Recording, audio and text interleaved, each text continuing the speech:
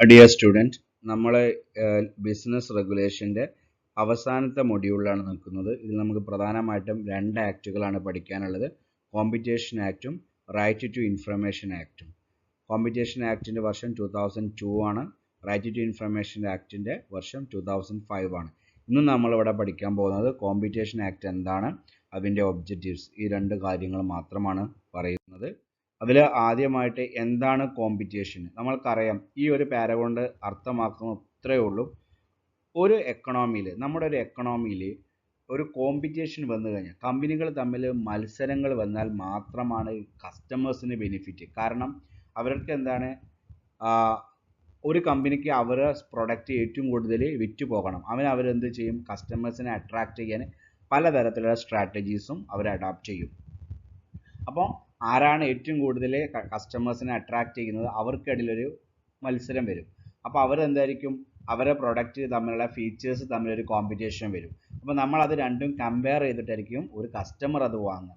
അപ്പോൾ കോമ്പറ്റീഷൻ വരുന്നത് എപ്പോഴും കസ്റ്റമേഴ്സിന് ഒരു ഉപകാരമാണ്. അപ്പോൾ ഇന്ത്യയിൽ ഇങ്ങനെ കോമ്പറ്റീഷൻ വളർത്തുന്നതിന് വേണ്ടിയിട്ട് രണ്ട് ആക്റ്റുകളായിരുന്നു ഉണ്ടായിരുന്നത്. അതിവിടെ പറയുന്നുണ്ട്. ഒന്ന് 1969 monopolies and restrictive trade practice act 1969 ഒരു MRTP ആക്ട് എന്ന് പറഞ്ഞ ആക്ട് ഉണ്ട്. ഇത് രണ്ടുമായിരുന്നു. അപ്പോൾ ഇത് വളരെ കാലഹരണപ്പെട്ടു പോയ ആക്റ്റുകളായിരുന്നു. അതുകൊണ്ട് തന്നെ ഇതിന് മാർക്കറ്റിൽ കൂടുതൽ കോമ്പറ്റീഷൻ ബൂസ്റ്റപ്പ് ചെയ്യാൻ പറ്റാത്തൊരവസ്ഥയായിരുന്നു. പിന്നീട് എന്ന് പറഞ്ഞു കഴിഞ്ഞാൽ നമ്മുടെ രാജ്യത്ത് ഓരോ മേഖലയിലും മിക്കവാറും എന്തായിരുന്നു, മൊണോപ്പൊളീസുകളായിരുന്നു. രണ്ട് ഉദാഹരണം ഞാൻ നിങ്ങൾക്ക് പറഞ്ഞുതരാം. ഒന്ന്, നമ്മുടെ കാറിൻ്റെ കേസിലാണെങ്കിൽ അംബാസഡർ കാറ്. രണ്ടാമത് BSNL ടെലികമ്മ്യൂണിക്കേഷനിൽ. നമ്മൾക്കറിയാം, നിങ്ങൾ ആളുകളോട് ചോദിച്ചാൽ അവർ പറഞ്ഞു തരും. പഴയ ആളുകളോട്, വയസ്സായ ആളോട് ചോദിച്ചു നോക്കുക, BSNL ഒരു കണക്ഷൻ, അതായത് ലാൻഡ് ഫോണിൻ്റെ കണക്ഷൻ കിട്ടണമെങ്കിൽ നമ്മൾ അപ്ലൈ ചെയ്ത് കഴിഞ്ഞാൽ അറ്റ്ലീസ്റ്റ് ഒരു 5 വർഷങ്ങളൊക്കെ നമ്മൾ വെയിറ്റ് ചെയ്യേണ്ടി വരും. ഇന്ന് നിങ്ങൾ ആലോചിച്ച് നോക്കും, നമ്മൾക്ക് ഒരു കണക്ഷൻ കിട്ടണമെങ്കിൽ ഇന്ന് തന്നെ 2-3 മണിക്കൂറിൽ നമുക്ക് ആക്ടിവേഷൻ വരെ കിട്ടും.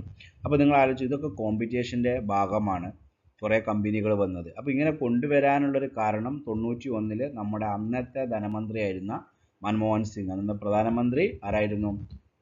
നരസിംഹറാവു ആയിരുന്നു. അപ്പോൾ അവരെന്ത് ചെയ്തു? ഈ മൊണോപ്പൊളികൾ എപ്പോഴും കസ്റ്റമേഴ്സിന് ചൂഷണം ചെയ്യുന്നവർക്ക് മനസ്സിലായി, വളരെ ലോ ക്വാളിറ്റി പ്രൊഡക്റ്റുകൾ നല്ല വിലയ്ക്ക് വിൽക്കുകയാണ്, കസ്റ്റമേഴ്സിന് വേറെ ഓപ്ഷനും ഇല്ല.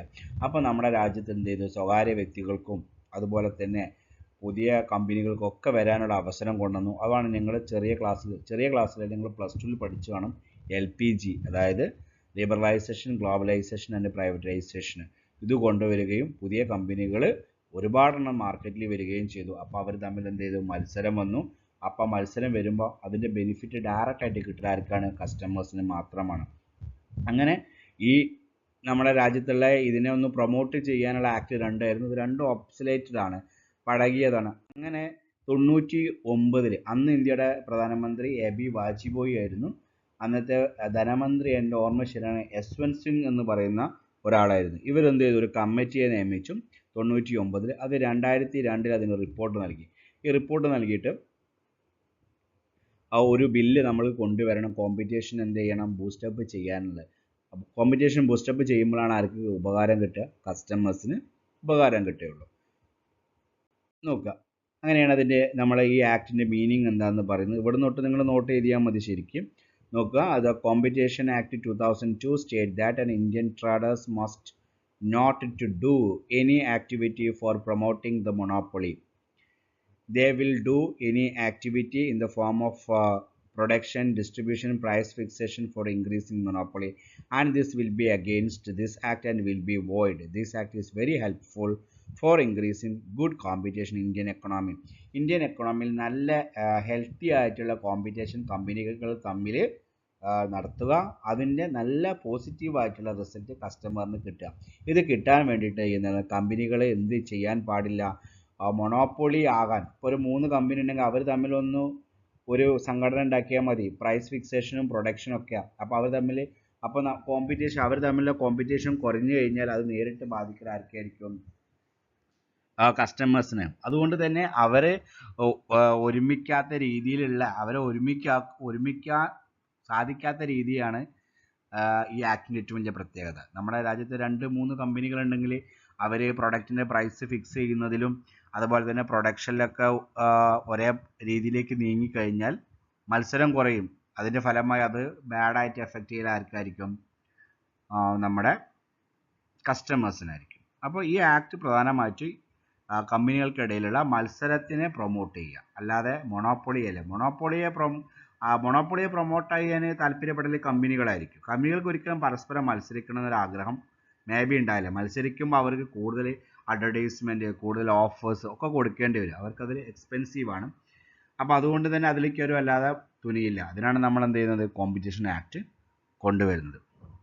ഓക്കെ, ഇതിനൊരു ആക്ടിന് മറ്റൊരു പ്രത്യേകത കൂടിയുണ്ട്. ഈ കോമ്പറ്റീഷൻ വരുമ്പോൾ ചിലപ്പോൾ അൺഹെൽത്തി ആയിട്ടുള്ള കോമ്പറ്റീഷൻ വരും. അവർ വില പറ്റ കുറച്ചിട്ട് പറ്റ മോശപ്പെട്ട സാധനങ്ങൾ വിൽക്കാനും ശ്രമിക്കും. അപ്പോൾ ഇത് രണ്ടും ഈ ആക്ട് എന്ത് ചെയ്യണം? നോക്കണം. അതായത് കമ്പനികൾ ഒരിക്കലും ഒരു മൊണോപ്പൊളി ആകാൻ സമ്മതിക്കരുത്. രണ്ടാമത് എന്ത് ചെയ്യരുത്? അൺഹെൽത്തി കോമ്പറ്റീഷനിലേക്ക് പോകാനും പാടില്ല. ഇനി ഈ ആക്ട് കൊണ്ട് പ്രധാനപ്പെട്ട ഒബ്ജക്റ്റീവ്സുകളാണ് നമ്മൾ നോക്കുന്നത്. ഒന്നാമത് പറയുന്നത് to protect the interest of consumers by providing them good products and services at a reasonable price. അതായത് കസ്റ്റമറിന് എന്ത് ചെയ്യണം? ഇപ്പോൾ ഒരു മൊണോപ്പൊളിയാണ് മാർക്കറ്റിൽ ഉണ്ടെങ്കിൽ കസ്റ്റമേഴ്സിന് ചിലപ്പോൾ നല്ല പ്രൊഡക്റ്റ് കിട്ടണമെന്നില്ല കുറഞ്ഞ വിലയ്ക്ക്. അയാൾ പറയുന്ന വിലയ്ക്ക് തന്നെ വാങ്ങേണ്ടി വരും. ഈ കോമ്പറ്റീഷൻ വരുമ്പോൾ എന്ത് ചെയ്യും? നമ്മൾക്ക് ഓപ്ഷൻസ് ഉണ്ടായിരിക്കും അല്ലേ? അപ്പോൾ ഓപ്ഷൻസ് ഉണ്ടാകുമ്പോൾ നമ്മൾ നല്ല ക്വാളിറ്റി ഉള്ളതും കുറച്ച് വില കുറവുള്ള നമ്മൾ അതിലോട്ട് പോകുമ്പോൾ അതിൻ്റെ എതിർ നിൽക്കുന്ന കമ്പനിക്ക് സ്വാഭാവികമായിട്ടും വില കുറയ്ക്കേണ്ടി വരും അല്ലേ? നമ്മൾക്കറിയാം, ഈ ജിയോ വരുന്നതിന് മുമ്പ് ഐഡിയ ആണെങ്കിലും വോഡാഫോൺ ആണെങ്കിലും മറ്റു കമ്പനികൾക്കൊക്കെ ഒരു പർട്ടിക്കുലർ റേറ്റ് ആയിരുന്നു. ഇവർ റേറ്റ് കുറച്ചതുകൊണ്ട്, ജിയോ റേറ്റ് കുറച്ചുകൊണ്ട് ഓട്ടോമാറ്റിക്കലി മറ്റവരും കുറയ്ക്കേണ്ടി വന്നു. നമ്മളെ ഈ കസ്റ്റമേഴ്സിൻ്റെ 1 GB എന്ന് പറയുന്ന ഡെയിലി 1 GB എന്ന കൺസെപ്റ്റിലേക്ക് വരാനും സാധിച്ചു അല്ലേ? അതൊക്കെ ഈ കോമ്പറ്റീഷൻ ആക്ടിൻ്റെ ഒരു ബെനിഫിറ്റാണ്. രണ്ടാമത് പറയുന്നത് to promote and sustain healthy competition in the market. മാർക്കറ്റിൽ എപ്പോഴും നമുക്ക് ഹെൽത്തി കോമ്പറ്റീഷനാണ് വേണ്ടത്. To promote the smaller companies to prevent the base of dominant position in the market. To promote the smaller companies, ചെറിയ കമ്പനികൾ ഇത് പ്രൊമോട്ട് ചെയ്യിപ്പിക്കും. അതുപോലെ തന്നെ prevent the base dominant position in the market. പിന്നെ to prevent the practices having adverse effect on the competition. അതുപോലെ തന്നെ competition രണ്ട് രീതിയിൽ വരാം.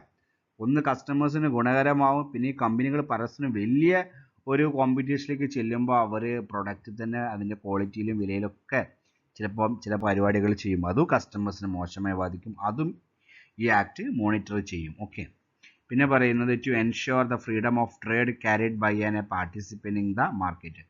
അതായത് to ensure the freedom of trade, കച്ചവടത്തിന് ഫ്രീഡം കിട്ടും. അതായത് അവർക്ക് കസ്റ്റമേഴ്സിന് എങ്ങനെയാണ്, ഒരു കമ്പനിക്ക് എങ്ങനെയാണ് ഒരു കസ്റ്റമറിനെ അപ്രോച്ച് ചെയ്യേണ്ടത്, എന്തൊക്കെ കൊടുക്കണം, അവർക്ക് ഡിസൈൻ ചെയ്യാനുള്ള റൈറ്റ് ഉണ്ടായിരിക്കും. അത് വേറെ കമ്പനിന് എന്ത് ചെയ്യേണ്ട ആവശ്യമില്ല, ബോധിപ്പിക്കേണ്ട ആവശ്യം ഇല്ല.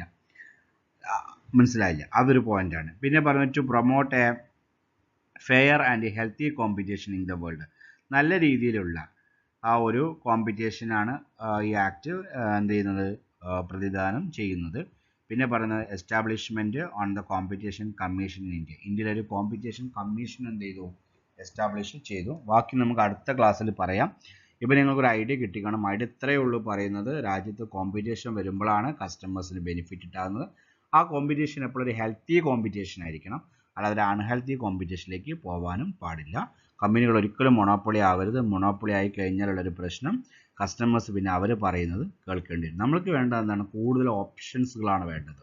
ഓക്കെ, അതുകൊണ്ടാണല്ലോ ഇപ്പോൾ നമ്മൾക്ക് ജിയോ റേഞ്ച് ഇല്ലെങ്കിൽ അപ്പോൾ നമ്മൾക്ക് വേറെയൊക്കെ നമുക്ക് കിറ്റ് ചെയ്യുക, അല്ലെങ്കിൽ വേറെ ഫോണ് റേഞ്ച് ഇല്ലെങ്കിൽ നമ്മൾക്ക് വേറെ, അങ്ങനെ നമുക്ക് പോർട്ടബിലിറ്റി സൗകര്യം ഉണ്ട്. അതൊക്കെ ഈ ആക്ടിൻ്റെ ഒരു ബെനിഫിറ്റാണ്. ബാക്കി നമുക്ക് അടുത്ത ക്ലാസ്സിൽ എടുക്കാം. ഓക്കെ.